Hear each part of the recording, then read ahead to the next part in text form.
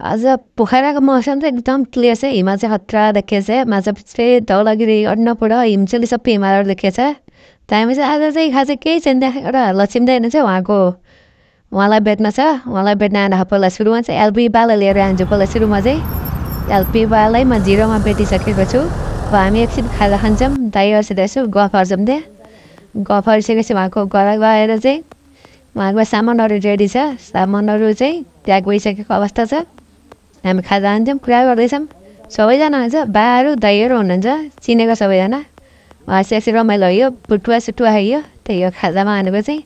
दाइ चाहिँ अब अस्ट्रेलियाको शुभसाथ गर्दै हुनुहुन्छ राम्रोसित हेर्नु राम्रोसित हुँदै फेरि भेट्नुपर्छ हामी चाहिँ लक्ष्मी दाइको आमा हुनुहुन्छ र हाम्रो रवि दाइ पनि हुनुहुन्छ दाइको आमा हुनुहुन्छ तिम्रो मामा हो भिडियो खिच्ने तिम्रो मामा हो शर्मिला सानो मामको क्लासमेट हो ए लक्ष्मी दाइ चाहिँ उहाँ दिदीलाई फोन गर्दै हुनुहुन्छ कति बजे दुलै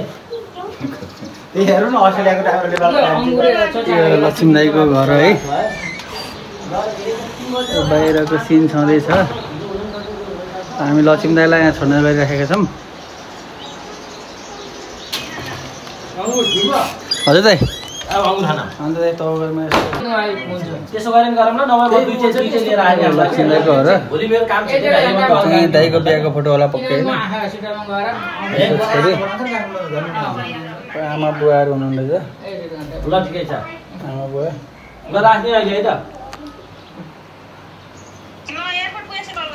अलराइट यात्रा राम्रोसित जाने पाइलटहरूलाई भन्नुपर्छ आमा ल हामी लाग्यौँ ल राम्रोसँग भन्यो दाइलाई म एयरपोर्ट छोड्छु छोड्छु ल म आउँछु अनि है आमा है लक्ष्मी दाइको घर आमा बुवा हुनुहुन्छ लक्ष्मी दाइ ओ लक्ष्मी दाइ यार कडकदेखि नखाएर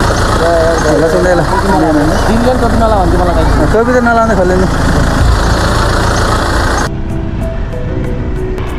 हामी अब पोखरा एयरपोर्ट नै आइसकेका छौँ यहाँबाट चाहिँ अब दाइसित लगभग बिदाबारी हुन्छ होला यसो त्यहाँभित्र खिच्न मिल्दैन खिचौँला होइन त्यही नै हो यहाँबाट चाहिँ उता जान मिल्दैन होला